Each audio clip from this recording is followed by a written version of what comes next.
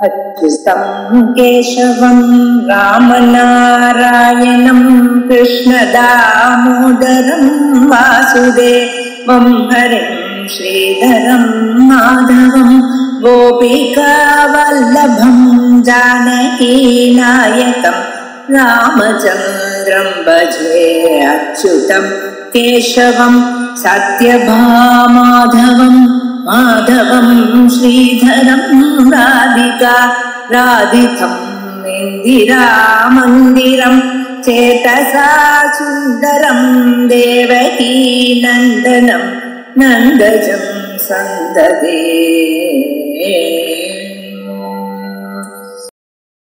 ஸ்ரீ குருभ्यो நமः. பகவத்கீதை 2வது அத்தியாயம் 45வது ஸ்லோகம். த்ரைகுண்ய விஷயா வேதாஹ நிஸ்த்ரைகுண்யோ பவார்ஜுன நிர்த்வந்த்வோ நித்ய சத்வஸ்தோ நிர்யோகக்ஷேம ஆத்மவான். பகவான் இங்க என்ன சொல்லிட்டு வர்றார் அர்ஜுனனுக்கு? ஈஷாத்தே அபிஹிதா சாங்கே புத்தி யோகே து இமாம் ஸ்ருணு. சாங்கே புத்தி யோகே புத்தி. சாங்கே புத்திங்கிறது ஆத்மாவுடைய உண்மையான ஸ்வரூபத்தை பத்தி தெரிஞ்சுக்கிறது.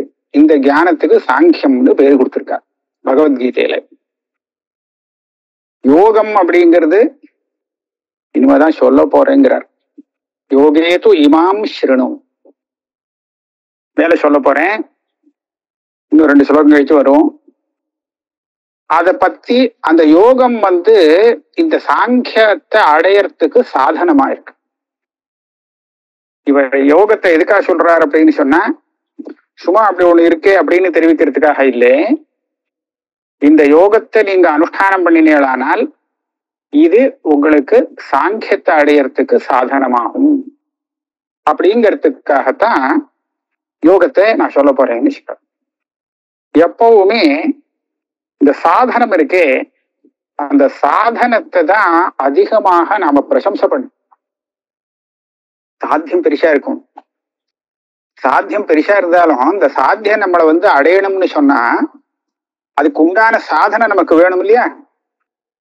சாதனத்தை விட சாத்தியம்தான் பெருசு அப்படின்னு சொல்றத காட்டிலும் அந்த சாதனம் ரொம்ப ரொம்ப உத்தமமானது அப்படின்னு அதை ரொம்ப வசதியா சொன்னோம்னா சாதனத்துல பிரவருத்தி வரும், ஒரு ருச்சி ஏற்படும், கேட்கிறவனுக்கு பிரவருத்தி வரும். அதனால இப்போ என்ன சொல்ல போறார் யோகம் அப்படின்னு கேட்டா, யோகம் யோகம் அப்படிங்கிறது ஒண்ணும் இல்லை. அவளுக்கு விதிக்கப்பட்ட கர்மாவை அனுஷ்டானம் பண்றது, விகித கர்மானுஷ்டானம் தான் அது. அந்த கர்மானுஷ்டானமும் எப்படி பண்ணணும் அப்படின்னு சொன்னா, ஒரு பலத்துல ஆசை வைக்காமல் ஈஸ்வரார்ப்பண புத்தியா அனுஷ்டானம் பண்றது. இதுக்குதான் பேரு யோகம்னு பேரு. இந்த யோகத்தை பத்தி விசேஷமா சொல்லணும். சொல்றதுக்கு முன்னாடி பிரசம்சை பண்ணிட்டு வந்துட்டு இருக்கார். இப்ப இந்த ஸ்லோகத்துல என்ன சொல்றார் அப்படின்னு பார்ப்போம். திரைகுண்ய விஷயாக வேதாக. இத பாரு, வேதத்துல ஒரு பலத்துக்காக இதை செய், ஒரு பலத்துக்காக இதை செய்யணும் எத்தனையோ விதி வாக்கியங்கள் இருக்கு. இப்ப இங்க வேதாக வேதாக அப்படின்னு சொன்னாக்க அப்பேற்பட்ட விதி நிஷேத வாக்கியங்கள் இருக்கே, விதி வாக்கியங்கள் அதை எடுத்துக்க வேண்டியது. ஒரு பலத்தை குறித்து சாதனத்தை விதானம் பண்ணக்கூடிய வாக்கியங்களை இங்க வேதம்னு எடுத்துக்க வேண்டியது. இதனால நம்ம அடையக்கூடிய பலம் என்னவோ அதைத்தான் இங்க விஷயம்னு சொல்றது. திரைகுண்ய விஷயாக வேதாக. திரைகுண்யம், திரைகுண்யம்னா என்ன? 3 குணங்கள். சத்வம் ரஜகா தமஹா அப்படிங்கிறது 3 குணங்கள். பிரகிருத்திலேருந்து உலகத்துக்கு சேர்ந்துருக்கு. மூல பிரகிருதி இந்த 3 குணங்கள் கொண்டதாக இருக்கிறதுனாலே அதனால வரக்கூடிய எல்லா ஜெகத்துல உள்ள அத்தனை பதார்த்தமும் இந்த 3 குணங்கள் கொண்டதாகத்தான் இருக்கும். இங்கேயே மேல பகவத்கீதையிலேயே வரும். ந ததஸ்தி பிருத்திவ்யாம் வா திவி தேவேஷு வா புனः சத்வம் பிரகிருதிஜைர் முக்தம் யதேபி ஸ்யாத் திரிபிர் குணி. இகலோகம்னு இல்லை, தேவலோகத்துக்கு போனாலும் சரி, எந்த லோகத்துக்கு போனாலும் சரி, இந்த 3 குணம் சம்பந்தப்படாத ஒன்னையும் பார்க்க முடியாதுங்கிற. அப்ப எல்லாத்தையும் அது சம்பந்தப்பட்டிருக்கு. நம்மளுடைய ஒவ்வொரு காரியத்திலையும் இந்த 3 குணங்களோட சம்பந்தம் இருக்கு. ஏதோ ஒரு குணம் நம்மளை பிரேரணை பண்றது. அப்ப என்ன ஆச்சு, எந்த கர்மாவை நீங்க பலத்துக்காக அனுஷ்டானம் பண்ணினாலும் அந்த கர்மாவானது உங்களுக்கு ஒரு பலத்தை கொடுக்குமே. அந்த பலம் எப்படி இருக்கும்? இந்த 3 குணத்தோட சம்பந்தப்பட்டதாக இருக்கும். இதுதான் திரைகுண்ய விஷயாக வேதாக. அதை நான் குறையா சொல்லல, அது பல பேருக்கு தேவைப்படும். யாருக்கு எது வேணுமோ அதை எடுத்துக்கிறாவா வேதத்திலேருந்து. இருந்தாலும் அர்ஜுனனுக்கு என்ன உபதேசம் பண்றார் மேல? நிஸ்திரைகுண்யோ பவ அர்ஜுன. ஹே அர்ஜுனனே, நீ அந்த திரைகுண்யத்துல விழாதே. திரைகுண்யம் உனக்கு என்ன கொடுக்கறது? ஒரு கர்மாவுடைய பலத்தை நீ அனுபவிக்கிறதுக்கு ஒரு அவசியம் ஏற்பட்டதுன்னா, இந்த ஜென்மாவில அனுபவிக்க முடியலைங்கிற பட்சத்துல அது அடுத்த ஜென்மாவுக்கு கொண்டு போய் விடுறது. ஒரு ஜென்மா முடிஞ்சு இன்னொரு ஜென்மாவை அடையறதுக்கு தான் பேரு சம்சாரம் அப்படின்னு இல்லையா? சம்சரதி. ஒரு ஜென்மாவை இந்த சரீரத்தை விட்டா மறுபடியும் இன்னொரு சரீரத்தை கிரகிச்சுக்கிறது. இது ஏன் கிரகிச்சுக்க வேண்டியிருக்கு? ஏன்னா அந்த பலம் பாக்கி இருக்கு, அனுபவிக்கிறது பாக்கி இருக்கு, அதுக்காக. அப்ப இந்த மாதிரி பாக்குறச்சே, இந்த மாதிரி பலத்துக்காக விதிக்கப்பட்ட அந்த கர்மாக்களை அனுஷ்டானம் பண்றதுங்கிறது உன்னுடைய சம்சாரத்தை இன்னும் கொஞ்சம் நீட்டின்றே போகும். நீ முமுக்ஷுவாக இருக்கும் பட்சத்திலே உனக்கு என்ன உபதேசம்னு கேட்டா, நிஸ்திரைகுண்யோ பவ. நிஸ்திரைகுண்யா அப்படிங்கிறதுக்கு வாஸ்தவமா இந்த 3 குணங்களோட சம்பந்தப்படாமல் இரு அப்படின்னு தான் இந்த சப்தத்திலேருந்து வரக்கூடிய அர்த்தம். பாஷகாரர் என்ன பண்ணினாருன்னு கேட்டா, நிஷ்காமோ பவன்னு அதுக்கு அர்த்தம் பண்ணிட்டு. அப்படின்னா என்ன, இங்க என்ன பிரகரணம்ங்கிறத அவர் பார்க்கிறார். மேல இந்த யோகத்தை பத்தி சொல்ல போறேன், சாங்கிய புத்தி சொல்லியாச்சு. இந்த யோகம்ங்கிறத பத்தி சொல்ல போறேன், அது கர்மானுஷ்டானம். ஏதன் மத்தியில நீ நிஷ்காமமாக இல்ல நிஸ்திரைகுண்யோ பவ அப்படின்னு சொன்னால் அர்ஜுனன் என்ன புரிஞ்சுப்பான்? ஓஹோ, வேதத்தில் சொல்லப்பட்ட இந்த கர்மானுஷ்டானங்கள் நம்ம கூடாது, பண்ணக்கூடாதுன்னு சொல்றார் அப்படின்னு புரிஞ்சு விடுவான் இல்லையா? அப்படி அவன் புரிஞ்சுக்கிறானோ இல்லையா, நாம அப்படி புரிஞ்சு விடுவோமே. நிஸ்திரைகுண்யோ பவங்கிறதுக்கு அப்படி அர்த்தம் புரிஞ்சுக்கப்படாது. நீ கர்மானுஷ்டானத்தை விட தேவையில்லை, அதை பண்ணு, ஆனா நிஷ்காமமாக பண்ணு. இந்த சத்தம் ரஜகா தமகாங்கிற இந்த 3 குணங்கள் நம்மள பந்தத்துக்கு ஆளாக்குறது. இது மேல சொல்ல போறாங்க. எல்லாமே ஒவ்வொரு விதத்துல நம்மளை பிடிச்சு கட்டுறது. இது ஏன் கட்டுறது? அதுக்கு காரணம் நம்மளுடைய கர்மானுஷ்டானம் தான், கர்மாதான். எந்த கர்மா தெரியுமா? பலத்துக்காக எந்த கர்மாவை அனுஷ்டானம் பண்றோமோ அந்த பலத்தை அடையறதுக்கு இந்த 3 குணங்கள் நம்மளை கட்டினாதான் அந்த பலத்தை நம்மளால அனுபவிக்க முடியும். குணங்களோடு சம்பந்தப்படாம நம்ம பாட்டுக்கு இருந்துட்டோம்னா கர்மபலானுபவம் ஏற்படாது. அதனால கர்மபலானுபவம் வரத்துக்கு இந்த 3 குணங்கள் நம்மள பிடிச்சு வச்சிருக்கணும். அதுக்காக தான் பிடிக்கிறது. இப்போ பலத்துல ஆசை இல்லாமல் நீ கர்மாவை மாத்திரம் அனுஷ்டானம் பண்ணினே, ஈஸ்வர அர்ப்பணம் அப்படின்னு நாராயணா ஏத்தி சமர்ப்பயாமின்னு அனுஷ்டானம் பண்ணிவிட்டா, அப்ப இது என்ன பண்ணும்? இது உனக்கு பலத்தை கொடுக்க போறது இல்லை. பலம்னா பலத்தை நிஷ்பலம்னு அர்த்தம் இல்லை. இது நம்மளுடைய சித்தத்தை சோதனம் பண்ணி சுத்தம் பண்ணக்கூடியதாக இருக்கு. அடுத்த ஜென்மாவரத்துக்கு உண்டான பலத்தை கொடுக்க போறது இல்லை அப்படின்னு அர்த்தம். அடுத்த ஜென்மாவை ஏற்படுத்துறதுக்கு இது காரணம் ஆகாதே, உன்னுடைய மனசை சுத்தப்படுத்தும். அதனாலே பந்தத்துக்கு காரணம் ஆகாத ஒரு விஷயத்தை தான் நிஸ்திரைகுண்யோபவங்கிற இடத்துல சுவாமி சொல்லணுங்கிறதுனாலே ஆச்சாரியால் எப்படி வியாக்கியானம் பண்ணானா, இந்த நிஸ்திரைகுண்யா அப்படிங்கிறதுக்கு குணத்தோட சம்பந்தப்படாதே அப்படின்னு அர்த்தம் பண்ணல. நீ குணத்தோட தான் சம்பந்தப்பட்டிருக்க, எப்படி குணத்தை விட முடியும்? நீ நிஷ்காமமாக இரு. பலத்துல ஆசை நிசித்திய சித்தியோ சம்மோ பூத்வான்னு சித்த முன்னாடி சொன்னார். ஒரு காரியத்தை பண்றச்சே இதனால இந்த பலம் வரணுமே, இது வரலைன்னா என்ன பண்றது அப்படிங்கிற சிந்தை வேண்டாம். காரியம் பண்றேன் அவ்வளவுதான், பலம் வரந்தா சரி, வராட்டாலும் சரி. ஆக அந்த மாதிரி நிஷ்காமமாக இரு அப்படின்னு இதுக்கு அர்த்தம் பண்ணார். இப்படி இருந்தால் உனக்கு என்னென்ன வரும்? நிர்த்வந்த்வஹ, நித்திய சத்வஸ்தஹ, நிர்யோகக்ஷேமஹ, ஆத்மவான். இது ஒவ்வொன்றிலையும் பவ பவன்னு சேர்க்கலாம். நிர்த்வந்தோ பவ, நித்திய சத்வஸ்தோ பவ, நிர்யோகக்ஷேமோ பவ, ஆத்மவான் பவ. பின்னாடியிலேருந்து கூட நம்ம போகலாம். நீ முதல்ல ஆத்மவான் ஆகணும். ஆத்மவான்னா ஆத்மா உள்ளவன் அர்த்தமாகும். அப்ப ஆத்மா இல்லாதவன்னு யாரு இருக்கா? ஆத்மா உள்ளவன்னு சொல்றதுக்கு அப்படின்னு சொன்னா, இந்த இடத்துல எல்லாம் இந்த மது பிரத்யம் இருக்கு இல்லையா, இது ஒரு பிராசஸ்தியத்தை சொல்லக்கூடிய மது பிரத்யம். தனவான் அப்படின்னு சொன்னோம்னா ஏதோ ₹1 காசு வச்சுட்டு இருக்காங்கிறதுக்காக தனவான்னு சொல்ல முடியாது. நிறைய பணம் யாருக்கு இருக்கோ அவனை தானே தனவான்னு சொல்லுவோம். அந்த மது பிரத்யம் அந்த இடத்துல பூமா பாகுல்யத்தை சொல்லக்கூடியதாக இருக்கு. இந்த மது பிரத்யத்துக்கு பல அர்த்தங்கள் சொல்லிட்டு வரச்சே பிராசஸ்தியம்னு ஒரு அர்த்தம் சொல்லியிருக்கா. அதனால ஆத்மாங்கிற சப்தத்துக்கு இங்க ஆத்மான்னு அர்த்தம் இல்லை, மனசுன்னு அர்த்தம். உயர்ந்த மனசை உடையவனாக இரு அப்படின்னு அர்த்தம். மனசு உயர்ந்ததாக இருக்கு, வசதியா இருக்கா தப்பா இருக்காங்கிறத எப்படி கண்டுபிடிக்கிறது அப்படின்னு சொன்னா, மனசு சாஞ்சல்யம் இல்லாமல் இருந்ததுன்னா அதுதான் உசத்தி. சஞ்சலமாக இங்க போறது அங்க போறது, அது வேணுங்கிறது இது வேணுங்கிறது அப்படின்னு ஆசைப்பட்டு இருந்ததுன்னா அது மனசுடைய, அது சாதாரண மனசு, தப்பான மனசுன்னு நான் சொல்ல போறது இல்லை. அது மனசு, சாதாரண மனசுடைய சுவாவம் அது. ஆனா பிரசஸ்தமான மனசு, பிரசம்சிக்கக்கூடிய ஒரு மனசு அப்படின்னு சொன்னா அந்த மனசு எப்படி இருக்கும்? சாஞ்சல்யத்தை அடையாது, ஸ்திரமாக இருக்கும். அப்பேற்பட்ட மனசை உடையவனாக இரு. அப்பிரமத்தோ பவ அப்படின்னு அதுக்கு அர்த்தம் பண்றோம். ஸ்வதர்மத்தை கர்மயோக ரூபமாக நீ அனுஷ்டானம் பண்ணும் போது இப்படி அனுஷ்டானம் பண்ணணும் அப்படின்னு யோகமாக அனுஷ்டானம் பண்ணணுமே தவிர காமியமாக அனுஷ்டானம் பண்ணாதே அப்படின்னு உபதேசம் பண்றார். அதுக்காகத்தான் இந்த காமனையை விடு, நீ முதல்ல நல்ல மனசோட இரு. இந்த நல்ல மனசோட இருந்தால் உனக்கு வேற என்ன சித்திக்கும்? நிர்யோகக்ஷேமஹா. யோகக்ஷேமம்னா என்னது? யோகக்ஷேமம்னா நம்ம நினைக்கிற மாதிரிதான். யோகம்ங்கிறதுக்கு என்ன அர்த்தம் அப்படின்னு கேட்டா, நம்ம புதுசா எதை சம்பாதிக்கிறோமோ அதுக்கு யோகம்னு பேரு. நம்ம கிட்ட இல்லாததை சம்பாதிச்சு சேர்க்கிறோம் இல்லையா, அதுக்கு யோகம்னு பேரு.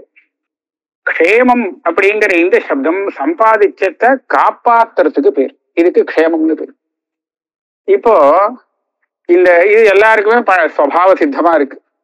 ஏதோ நம்மகிட்ட இல்லாத சம்பாதிக்கிறா, சம்பாதிச்சதை காப்பாத்தி வச்சுக்கணும்னு பாக்குறா, இது சகஜம் தானே எல்லாருக்கும்.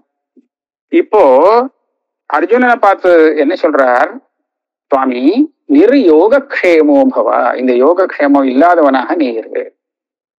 அப்படின்னா என்ன அர்த்தம்? யோகக்ஷேமம் இல்லாதவனா இருன்னா எப்படி இருக்க முடியும்? அப்படின்னா என்ன அர்த்தம்னா, யோகக்ஷேமத்துல அதையே பிரதானமா வச்சு நீ பிரவருத்தி பண்ணிட்டு இருந்தேயானால் அப்ப அதோடவே நின்று போயிடும். அது அதுக்காகவே ஆயுசு பூரா பிரயத்தனம் பண்ணிட்டு இருக்க வேண்டி இருக்குமே தவிர நீ ஸ்ரேயசு பக்கம் திரும்ப முடியாது. அதனால யோகக்ஷேமத்துல நீ ஆசை வச்சு அதுக்காக பிரயத்தனம் பண்ணாதே. இப்ப இது எதுல இருந்து வரும்? நிஸ்திரைகுண்யோபவால இருந்து கிடைக்கும். நீ ஆசை இல்லாமல் கர்மானுஷ்டானம் பண்ணு, ஆத்மவானாவக இருந்துட்டு பிரசஸ்தமான ஒரு மனசை வச்சுட்டு பண்ணு அப்படின்னு அந்த மனசு அவ்வளவு திருடமா இருந்தா தான் நீ நிர்யோகக்ஷேமமாக ஆக முடியும். இல்லாட்டா என்ன ஆகும்? என்ன யோகக்ஷேம பிரதானம், யோகக்ஷேமத்துக்கு அது இல்லாம மேற்கொண்டு என்ன, அதை பார்த்துட்டு பாக்கி எப்ப பார்ப்போம் அப்படிதான் தோணும். அதனால இந்த ஆத்மவானாக இருந்தால் உனக்கு நிர்யோகக்ஷேமத்தும் சித்தமாகும். நிர்யோகக்ஷேமம் சித்தமாச்சுன்னா என்ன ஆகும்?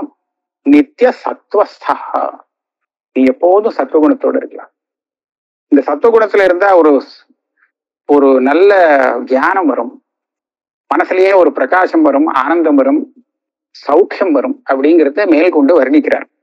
சத்துவம் பிரதானமா இருக்கும் போது அப்படிதான் இருக்கணும்.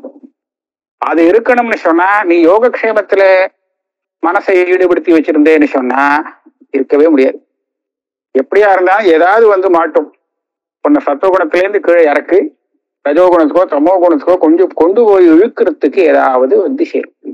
அதனால நித்திய சத்வஸ்தனாக நீ இருக்கணும்னு சொன்னா யோகக்ஷேம சிந்தை இல்லாமல் இருக்கணும். நாம சிந்தை இல்லாம இருக்க முடியுமான்னு கேட்டா இருக்கலாம். அவர்கள் யோகக்ஷேமம் மகாமியம்னு மேல சொல்ல போறார், நான் பாத்துக்கிறேன் அப்படின்ட்டு, நீ ஒண்ணு கவலைப்படாத. அதனால அப்படி இருக்க முடியும், நீ அப்படி இரு அப்படின்னு சொல்ற. இப்படி இருந்தால் அதனால என்ன லாபம் வரும்? அதனால இன்னும் ஒண்ணு சிந்திக்கிறது. நிர்துவந்துவஹா, லோகத்திலே ரெட்டை ரெட்டையா விருத்தமான ரெண்டு ரெண்டா கிடைக்கும். சுகம் துக்கம், சீதம் உஷ்ணம், இப்படி எல்லாம் கிடைக்கும் இல்லையா? ஒண்ணு நமக்கு பிடிக்கும், ஒண்ணு பிடிக்காது, பிடிக்கும் பிடிக்காது. இதுக்கு இந்த மாதிரி ரெட்டை ரெட்டையா வர்றதுக்கு துவந்துவம்னு பேர். இந்த துவந்துவம் இல்லாதவனாக நீ இது. உன்னை பார்த்தா இது பிடிக்கிறது, இன்னொன்னு பார்த்தா சுத்தமா பிடிக்கல அப்படிங்கிற இந்த துவந்துவம் இல்லாம இரு. இது ஏன் இப்படி ஆறுது? மனசுல உள்ள தௌர்பல்யம். இதை பார்த்தா ஓ இது நமக்கு உபகாரம் பண்ணும், இதனால நமக்கு லாபம் உண்டு அப்படின்னு சொன்னா அது மேல ஒரு பிரீத்தி உண்டு. இன்னொன்னு பார்த்தா இது நமக்கு உபயோகமே இல்லை, அனர்த்தத்தை ஏற்படுத்தும் அப்படின்னு நாம நினைச்சோம்னா உடனே அது பிடிக்காது போயிடும். இப்படித்தான லோகத்துல நடந்துட்டு இருக்கு, பிடிக்கிறது பிடிக்காது அப்படிங்கிறது. இப்ப மனசு நிர்யோக க்ஷேமமா இருந்ததுன்னா, இப்ப நீங்க இதுல நல்லா பார்க்கலாம். இது எதுக்காக பிடிக்கிறது அப்படின்னு சொன்னா அதுகிட்டேருந்து நம்ம ஏதோ எதிர்பார்க்கிறோம். ஆத்மனஸ்து காமாய சர்வம் பிரியம் பவதி அப்படின்னு. உலகத்துல இருக்கிறது எல்லாமே தனக்கு அதுலயே ஏதாவது லாபம் வருமா பார்த்து ஓ அதனால பிரியம். அப்ப என்னாச்சு? யோகக்ஷேம பிரதானமா இருந்தா அவன் என்ன வியாபாரி மாதிரி தானே? அவன் என்ன பண்ணுவான்? இதனால நமக்கு லாபம் உண்டா அப்படின்னு பார்ப்பான். இல்லைன்னு சொன்னா சீவாண்டான்னு விடுவான். அப்படி இருக்கிறச்ச யோகக்ஷேம பிரதானனாக இருக்கிறவனுக்கு நிர்த்வந்துவத்துவம் வராது. அவன் நிர்த்வந்துவமாக, அதாவது இது அவன் பிடிச்சதும் இல்லை பிடிக்காததும் இல்லை. நம்ம நன்னாவே பார்க்கலாம், சில விஷயங்கள் தான் நமக்கு பிடிச்சதா இருக்கு, சில விஷயம் பிடிக்காததாக இருக்கு. நம்மளே நம்ம அனுபவத்துல பார்க்கலாம். பல விஷயங்கள் பார்க்கறச்சே அது என்னது, அது பாட்டுக்கு இருக்கு. அது பிடிச்சதா பிடிக்காததா அப்படின்னு கேட்டா ரெண்டுமே இல்லை, ரெண்டுக்கும் விஷயம் இல்லாது. அந்த மாதிரி நீங்க யோகக்ஷேம பிரதானம் இல்லாமல் இருந்தாத்தான் நிர்த்வந்துவனாக ஆக முடியும். சுகஹேது துக்கஹேது. சுகம் துக்கத்தை கொடுக்கும். இது சுகத்தை கொடுத்தாலும் சரி, துக்கத்தை கொடுத்தாலும் சரி. சுகத்தை கொடுத்தா சந்தோஷம், துக்கத்தை கொடுத்தா ஒரே வெறுப்பு துவேஷம் அப்படிங்கிற மாதிரி இல்லாம இருக்கிறதுக்கே இதுக்குதான் நிர்த்வந்துவகான்னு பேரு. இப்ப இது எல்லாமே இப்படி திருப்பி போட்டுட்டு போகணும். மனசு எப்போ ஆத்மவானாக நீ முதல்ல ஆகணும். ஆத்மவானாக ஆயிட்டு அப்புறம் நிர்யோகக்ஷேமனாக, யோகக்ஷேமத்துல அதுல விசேஷமான உன்னுடைய உத்தேசம் இருந்ததே அது இல்லாமல் இருக்கணும். அப்படி இருந்தா உன்னுடைய நிலை நித்திய சத்வஸ்தனாக இருக்க முடியும். நித்திய சத்வஸ்தனாக இருந்தால்தான் இந்த சுகம் துக்கம் சீதம் உஷ்ணம் எல்லாத்தையும் சகிக்க முடியும். முன்னாலே சத்துவகுணம் இல்லாதவனாலே இதை சகிக்கவே முடியாது. ஆகையால இதெல்லாம் திரும்பி போடணும். ஆத்மவானாக இருக்கணும்னா என்ன பண்ணணும்? நீ யோகத்தை அனுஷ்டானம் பண்ணணும், கர்ம யோகத்தை அனுஷ்டானம் பண்ணணும். அப்படிங்கிறதுக்காக இந்த ஸ்லோகத்துல இந்த விசேஷத்தை சொல்றார். நாம இதுக்கு அடுத்த இன்னொரு ஸ்லோகத்துக்கு போவோம். 46வது ஸ்லோகம். யாவான் அர்த்த உதபானே சர்வத சம்பிளுதோதகே தாவான் சர்வேஷு வேதேஷு பிராமணஸ்ய விஜானதா. இந்த ஸ்லோகத்துல இந்த யாவான் தாவான் அர்த்தா அப்படிங்கிறது ரெண்டு வரியிலையும் சேர்த்துண்டு ரெண்டு வாக்கியமா பண்ணிக்க வேண்டியிருக்கு. யாவான் அர்த்தா உதபானே தாவான் அர்த்தா சர்வத சம்பிளுதோதகே. அதே மாதிரி யாவான் அர்த்தா சர்வேஷு வேதேஷு தாவான் அர்த்தா பிராமணஸ்ய விஜானதா. இப்படியாக இந்த ரெண்டு வரியை சேர்க்க வேண்டியது. முதல் வரியில சொல்லப்பட்டது உதாரணம், ரெண்டாவது சொல்றது அதுக்கு உபமானம் உபமேயம் தார்ஷ்டாந்திகம். என்ன சொல்றது? யாவானர்த்த உதபானி. உதபானம்ங்கிறது ஜலாசயம்னு வச்சுக்கோ. எல்லாருக்குமே ஜலம் உபயோகப்படுறது. அப்ப அதுக்கு ஏதோ ஒரு இடத்த அவ ஜலாசயம்னு வச்சுப்பான். ஒரு கிணறோ ஏதாவது தொட்டி கட்டி தனக்கு எவ்வளவு வேணுமோ அவ்வளவு ஜலத்தை சேமிச்சு வச்சுக்கக்கூடிய ஜலாசயத்தை உபயோகப்படுத்துவா இல்லையா ஜனங்கள்? இப்போ ஒரு கிணறுல ஒரு லிமிட்டா ஓரளவுக்கு தான் ஜலம் இருக்க முடியும். ஆனா நாம இந்த மாதிரி சொல்ல முடியுமா? இந்த கிணத்துல இருக்கிற இவ்வளவு ஜலம் வேற எங்கேயுமே கிடையாது, இதுதான் எல்லாத்தையும் விட பெருசு அப்படின்னு சொல்ல முடியுமோ? சொல்ல முடியாது. இதை விட பெரிய கிணறு பக்கத்தாத்துல இருக்கும். இன்னும் பார்த்தோம்னா சர்வத சம்பிருதோதகே, சர்வத மகாசமுத்திரம் போல அவ்வளவு நீர் தேக்கம் இருக்கு. பெரிய சமுத்திரமே எடுத்துக்கணும்னு அவசியம் இல்லை, சமுத்திரம்னு சொல்லல இந்த ஸ்லோகத்துல. பெரிய ஏரி, சமுத்திரம் மாதிரி ஜலம் இருக்கு. இப்ப உங்க கணத்துல இருக்கக்கூடிய அந்த ஜலம் அங்க இருக்கா இல்லையா? அவசியம் இருக்கு. அதை விட மேலேயே இருக்கு. 100 ரூபா ஒருத்தங்கிட்ட இருக்குன்னு சொன்னா 10 ரூபா இருக்கா இல்லையான்னு கேட்டா இருக்குன்னு தான் சொல்லணும் இல்லையா?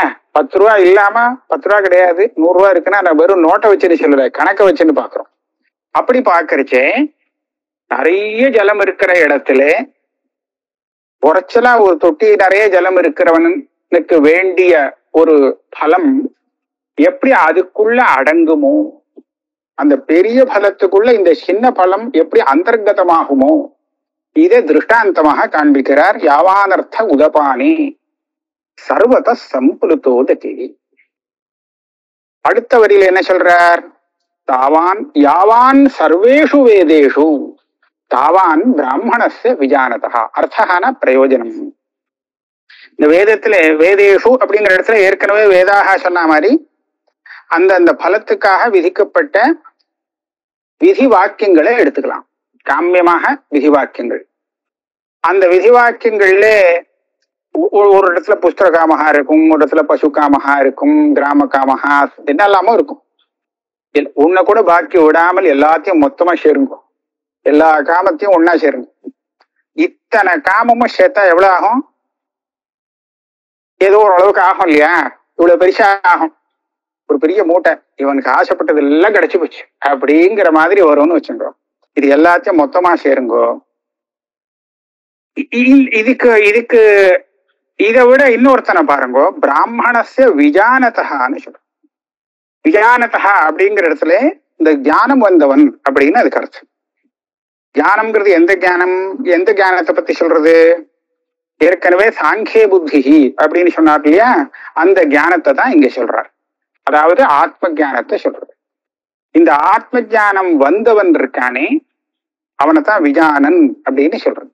விஜானதா பிராமணஸ்ய அப்படின்னு அவனுக்கு விசேஷம். இந்த இடத்துல இந்த பிராமணஹா அப்படிங்கிற பதம் பிரம்மஜானி அப்படிங்கிற அர்த்தத்துல வந்திருக்கு. அதனால பிரம்மத்தை தெரிந்து கொண்ட அந்த ஞானிக்கு என்னன்னு பாருங்க, இவ்வளவு கர்மாவில எத்தனை பலங்கள் மொத்தம் சொல்லப்பட்டிருக்கோ இத்தனை பலமும் அவனுக்கு கிடைக்கக்கூடிய பலத்துக்கு உள்ளே அடங்கும்.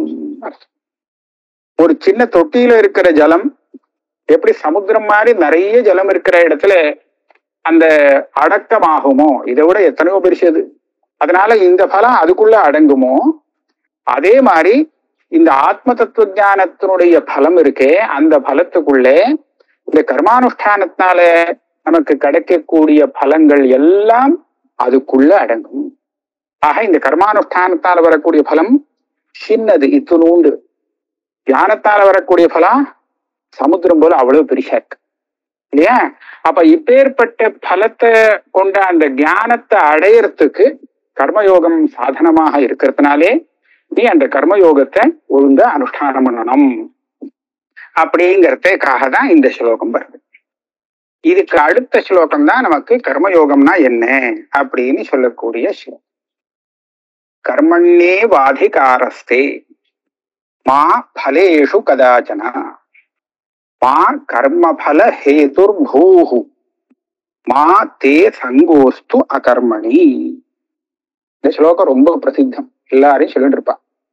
ஆனா இது எதுக்காக வருது அப்படிங்கிறத நம்ம கவனிக்கணும். கர்மண்யேவ அதிகாரஹா தே. உன்னை கர்மானுஷ்டானம் அதாவது யோகத்துல இருக்கணும்னு யோக புத்தியை தான் இப்ப சொல்லிட்டு இருக்கேன். கர்ம யோகத்தை அனுஷ்டானம்னு சொல்றேன் இல்லையா? அப்ப கர்ம யோகம்னா என்னது அப்படிங்கிறது இந்த ஸ்லோகம் தான் நமக்கு தெளிவா தெரிவிக்கிறது.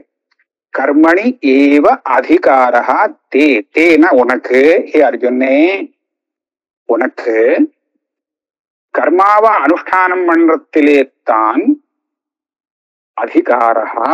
ஒரு ஏவகாரம் போட்டார். எதுக்காக சொல்றாருன்னா, நீ கர்மாவை விடுறதுக்கு உண்டான யோகியத்தை உள்ளவன் இப்போ இல்லை. கர்மாவை விடுறேன் அப்படின்னு ஆரம்பிச்சான். எப்படி ஆரம்பிச்சான்? ஆரம்பத்துல இந்த யுத்தம் பண்ண மாட்டேன் நயோத்சே அப்படின்னு சொல்லி உட்காந்துட்டான் இல்லையா? நயோத்சே சொல்லிட்டு அப்புறம் நடுப்புற கொஞ்சம் இதெல்லாம் வேற சொன்னான். இந்த யுத்தம் பண்ணி பெரிய அனர்த்தத்தை சம்பாதிக்கிறதுக்கு பதில் பிக்ஷ வாங்கிக்கிறதே மேலு, பைக்ஷமபீக யுக்தம்னுட்டான். பிக்ஷை வாங்கிக்கிறதுனா என்ன, இவன் சன்னியாசியா போறதுதான் அர்த்தம். சன்னியாசி தான் பிக்ஷை வாங்கி சாப்பிடுறது இல்லையா? அப்போ அவன் என்ன சொன்னா, கர்மாவை தியாகம் பண்ணிவிட்டு அந்த ஆசிரமத்துக்கு போலாம் போல இருக்கு அப்படின்னு ஒரு ஐடியா வச்சுட்டு இருக்கான் போல இருக்கு. அப்ப சுவாமி என்ன சொல்ற, அப்பா உனக்கு அதுல அதிகாரம் இப்போ இல்லை, அதுக்கு உண்டான யோக்கியத்தை உனக்கு இல்லை. நீ இருக்கிற யோக்கியத்தையில பார்த்தேன்னா கர்மண்ணேவ அதிகாரா, நீ கர்மானுஷ்டானத்தை செய்யறதுக்குத்தான் அதிகாரி, அதுதான், அதுக்குதான் நீ தகுந்தவன். இதை விடுறதுக்கு இப்போ உனக்கு யோக்கியத்தை இல்லை, இப்போ இல்லைன்னு தான் சொல்லணும். உனக்கு இல்லவே இல்லை அப்படின்னு சொல்லப்ப. ஏன்னா 6வது அத்தியாயத்துல மேற்கொண்டு சொல்ல போறார். அங்க என்ன சொல்ல போறாருன்னா, யோகத்தை அடைந்தவன் ஆருருக்ஷோர் முனேர் யோகம், அந்த யோகத்தை அடையணுங்கிற ஆசைப்படுறவன் அப்படின்னு ஆருருக்ஷு ஆரூடன்னு 2ஆ பிரிச்சு சொல்ல போறார். ஒரு யோகம்னு ஒரு நிலைன்னு வச்சுங்களேன், அந்த நிலைக்கு வரணும்னு ஆசைப்படுறவன் ஒருத்தவன், அந்த நிலைக்கு வந்தவன் ஒருத்தன். இப்ப வந்தவன் கர்ம தியாகம் பண்ணலாம், அவன் தான் ஏற்றியாச்சு, அந்த படியை தாண்டியாச்சு, அவனுக்கு கர்மாவால ஆக வேண்டிய அவசியம் இல்லை, அவன் கர்மாவை தியாகம் பண்ணலாம். ஆனா அந்த படிக்கு ஏறணும் அப்படின்னு சொன்னால் அப்ப இவன் கர்மாவை தியாகம் பண்ணக்கூடாது, கர்மாவை தான் அனுஷ்டானம் பண்ணணும். ஆருருக்ஷோர் முனேர் யோகம் கர்ம காரணமுச்சியதே, யோகாரூடஸ்ய தஸ்ஸைவ சம காரணமுச்சியதே அப்படிங்கிறது மேல சொல்லப்படும். அப்ப இந்த விதத்துல பார்த்தோம்னா நாம எப்பவுமே சாதனம் அந்த சாத்தியத்தை அடையிற பரியந்தம் தானே நம்ம வச்சுக்கணும். அதுக்கப்புறம் சாதனத்தை வச்சுட்டு என்ன பண்றது?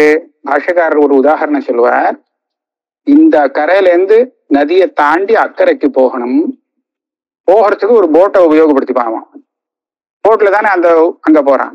இவன் அக்கறைய போய் சேர்றதுக்கு இந்த போட்டு சாதனமா இருந்தது, இந்த சாதனத்தை விட்டாதான் இவன் மேல போக வேண்டிய இடத்துக்கு போக முடியும். போட்டை விடமாட்டேன் அப்படின்னு சொல்லி அதுலயே உட்கார்ந்துருந்தான்னா இவன் எப்படி போய் சேர முடியும்? அதனால கர்மானுஷ்டானம்ங்கிறது ஒரு சாதனம், போட்டு மாதிரி. இது நம்மள ஒரு நிலைக்கு கொண்டு போய் விடும். அந்த நிலையை நம்ம அடைஞ்சாச்சு அப்படின்னு சொன்னா அப்புறம் தர்மம் இங்க விட்டுடலாம். சம காரணம் உச்சத்தேன்னு வேலை சொல்லப்படும். இப்ப அதை எல்லாத்தையும் பார்த்து பாஷ்யக்காரால் எப்படி இங்க வியாக்கியானம் பண்றா அப்படின்னு சொன்னா, உனக்கு இந்த நிலையில கர்மானுஷ்டானம் பண்றதுக்கு தான் தகுதி. இப்ப நீ இதை கர்மா விட்டுட்டு பிக்ஷை வாங்குறேன்னு போகாதே, கர்மண்ணேவா அதிகாரஸ்தி. ஆனா நீ கர்மாவை அனுஷ்டானம் பண்ணும்போது நீ ஜாக்கிரதையா அனுஷ்டானம் பண்ணணும், யோகமாக அதை அனுஷ்டானம் பண்ணணும். மா பலேஷு கதாச்சனம். நான் கர்மானுஷ்டானம் பண்ணியிருக்கேன். இப்போ சாதாரணமா எப்படி வரும் தெரியுமா? ஒரு காரியத்தை பண்றான், சிரமப்பட்டு தான் பண்றான். எந்த காரியமா இருந்தாலும் சிரமப்படாம எந்த காரியமும் பண்றதுக்கு இல்லை, எல்லாம் சிரமப்பட்டு தான் பண்ணி ஆகணும். பண்ணினா அதுலயே ஒரு நல்ல பலம் வருது. அந்த பலத்தை இவனுக்கு கிடைக்காமல், பண்ணினவனுக்கு கிடைக்காமல் வேற யாராவது தூக்கிட்டு போனா அப்ப இவன் மனசுக்கு வருத்தம் வருமா வராதா? இல்லையா? ஏன் வருத்தம் வருது தெரியுமா? இவன் அந்த பலன் நம்மளை சேர்ந்தது அப்படின்னு நினைக்கிறான். இந்த கர்மாவை அனுஷ்டானம் பண்ணிருக்கேன், நான் தானே பண்ணினேன், அப்ப இதுக்கு உண்டான நல்ல பலத்தை நான் தானே அனுபவிக்கணும், எனக்கு தானே அதுல அதிகாரம் அப்படின்னு நினைக்கிறான். இது சுபாவ சித்தம். ஆனா பாஷ்யக்காரர் இங்க சுவாமி அர்ஜுனனுக்கு என்ன உபதேசம் பண்றார்? கர்மானுஷ்டானம் பண்ணினா பலம் வரத்தான் வரும், ஆனா அந்த பலத்துல நீ ஆசை வைக்காதே. பலம் யாராவது இப்ப ஆசை இருக்கா இல்லையாங்கிறத நாமளே டெஸ்ட் பண்ணி பார்க்கணும். பல இடத்துல நாம பேசுறது இருக்கே, பேசுறதும் செய்யறதும் வித்தியாசப்படும். நான் சின்னதா ஒரு உதாரணம் சொல்றது வழக்கம். பல இடத்துல நாம இப்படி ஒரு பார்ப்போம். அதாவது ஒரு பெரிய ஃபங்க்ஷன் நடக்கிறது, நல்ல காரியம், அதுல சந்தேகமே இல்லை. அதுக்காக ஒருத்தர் ரொம்ப ரொம்ப பணம் செலவு பண்ணி மகத்தான பிரயத்தனம் பண்ணி இருப்பார். அப்படி இருக்கும்போது அவரை உசத்தி பேசுறது அப்படிங்கிறது ஒரு சுபாவ சித்தம்தான் இல்லையா? இந்த மனுஷர்னாலதான், இவருடைய பிரயத்தனத்தை தான் இப்ப ஏற்பட்ட இந்த பெரிய காரியம் நடக்கிறது அப்படின்னு நாம பேசுறது இது சகஜம்தானே. இதை கேட்டுட்டு அந்த மனுஷரை நீங்க பேசுன்னு சொன்னா அவ என்ன சொல்வா? அவ சில பேர் இப்படி சொல்லுவா, இதையும் நீங்க கேட்கலாம், நான் கேட்டுட்டு தான் சொல்றேன், இந்த மாதிரி நான் ஒண்ணும் பண்ணல, எல்லாம் பகவத் சங்கல்பம், நான் ஒண்ணுமே பண்ணல, ஏதோ யாரோ ஒருத்தன் பின்னாடி இருந்து பண்ணி வச்சான், இந்த மாதிரி நீங்க ஒரு பேச்ச கேட்டிருப்பேன் இல்லையா? பல இடத்துல கேட்டிருப்ப இல்லையா? இப்ப அவன் நான் ஒன்றும் பண்ணல, ஆனா பகவான் பின்னாடி இருந்து பண்ணி வச்சார் அப்படிங்கிற இந்த பேச்சு வசத்தியான பேச்சு. ஆனா இது உண்மையா இல்லையாங்கிறது எப்படி கண்டுபிடிக்க முடியும்? அவன் மனசால சொல்றானா வெறும் வாயால சொல்றானா அப்படிங்கறத எப்படி கண்டுபிடிக்கணும் அப்படின்னு கேட்டா, சும்மா ஒரு கல்பனைக்கு இந்த மாதிரி பண்ணணும்னு நான் சொல்லல. இவர் சொல்றது ரொம்ப உண்மை.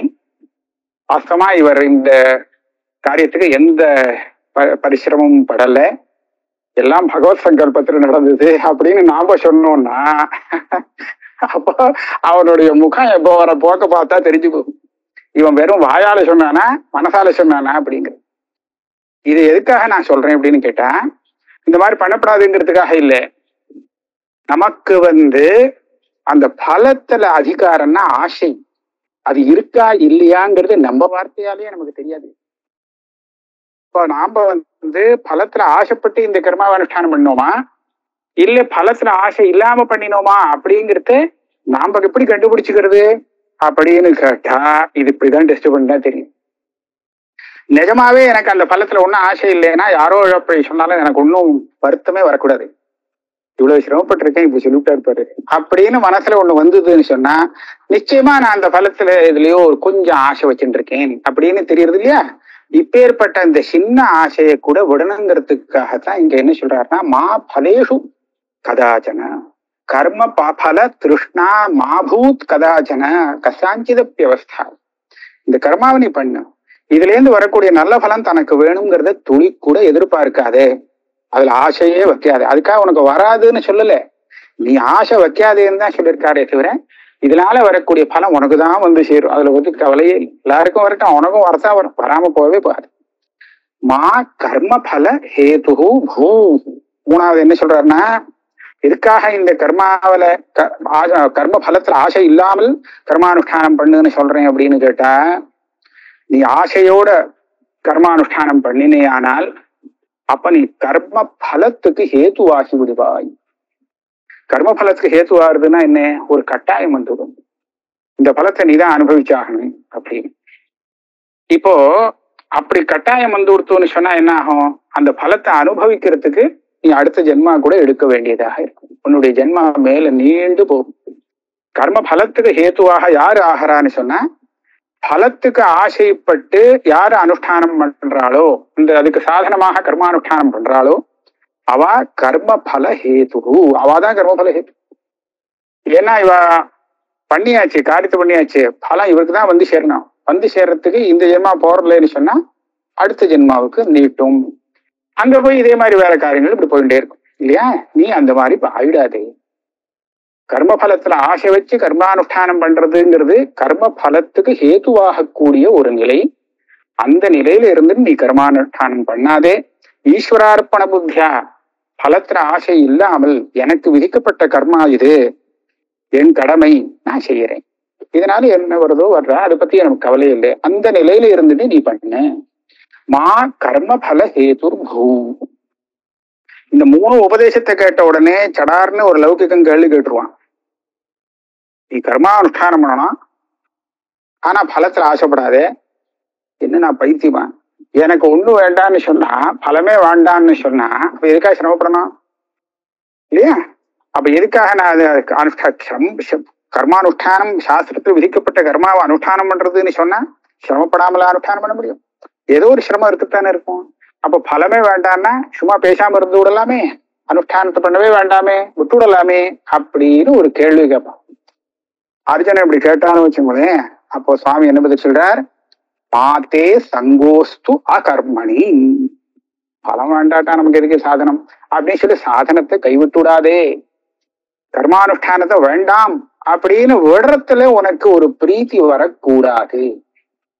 ஏன்னா பலத்துல ஆசை இல்லாமல் செய்யக்கூடிய அந்த கர்மானுஷ்டானமானது சாதாரண பலத்தை விட எத்தனையோ பெருசு, சமுத்திரம் போல. இப்ப சித்த முன்னாடி போற ஸ்லோகத்துல சொன்னோம் இல்லையா, கர்மாவால வரக்கூடிய பலம் சின்னதா இத்தூண்டா இருக்கும், ஆனா ஞானத்தால வரக்கூடிய பலம் ரொம்ப பெருசா இருக்கும் அப்படின்னு சொன்னார் இல்லையா? அப்ப பெரிய பலத்துக்கு அது ஹேதுவாகும். இப்ப நம்மளுடைய புத்திசாலித்தனை எது? இந்த கர்மாவை சின்ன பலத்தை அடையறதுக்கும் நம்ம உபயோகப்படுத்திக்கலாம், பெரிய பலத்தை அடையறதுக்கும் உபயோகப்படுத்திக்கலாம். இந்த சின்ன கர்மாவை அதே கர்மாவை அனுஷ்டானம் பண்ணி மகத்தான ஒரு பலத்தை எடுத்துக்கிறதுக்கு ஒரு வாய்ப்பு இருக்கும் போது சின்ன பலத்தோட நிறுத்திட்டா அது புத்திசாலித்தனமே சொல்லாமா? சொல்ல முடியாது இல்லையா? அதனாலதான் சுவாமி என்ன சொல்றார், நீ அந்த சின்ன பலம் எந்த பலம் சொல்லப்பட்டிருக்கோ அந்த பலத்துக்காக கர்மானுஷ்டானம் பண்ணாதே. பண்ணினா அந்த பலத்தோட இந்த கர்மா நின்று போயிடும், பெரிய பலத்தை கொடுக்காது. நீ அந்த பலத்தை வேண்டாம், அதுல ஆசை இல்லாமல் அதே கர்மாவை அனுஷ்டானம் பண்ணினியானால் இந்த கர்மா உன்னுடைய சித்தத்தை சுத்தி பண்ணி தத்வாரா அந்த தியானம் பிறக்கிறதுக்கு வழி பண்ணும். தியானம் வந்ததுன்னு சொன்னா அந்த தியானமானது உனக்கு பெரிய சமுத்திரம் போல எல்லா கர்ம பலமும் அடங்கக்கூடிய ஒரு பெரிய மகாபலமாக இருக்கும். அதனால அதுக்காக நீ உபயோகப்படுத்தணும் கர்மாவே. நீ கர்மாவே வேண்டாம், பலமே அதுல இருந்து வரக்கூடிய பலம் வேண்டாம்னா அது எதுக்கு அப்படின்னு சொல்லி கர்மாவை விட்டேன்னு சொன்னால் இந்த மகத்தான பலம் உனக்கு கிடைக்காம போயிடும் இல்லையா? அதனாலதான் மாதே சங்கோஸ்து அகர்மணி, கர்மானுஷ்டானம் வேண்டாம், பேசாம இருந்து விடுவோம் அப்படிங்கிற ஒரு புத்திய நீ எடுத்துக்காதே. அந்த மாதிரி ஒரு நிலைக்கு நீ வரக்கூடாது, அதுல உனக்கு பிரீத்தி வரக்கூடாது அப்படின்னு சொல்றேன். 47வது ஸ்லோகம் முடிஞ்சு போச்சு. இதுக்கப்புறம் அடுத்த கிளாஸ்ல பார்ப்போம்.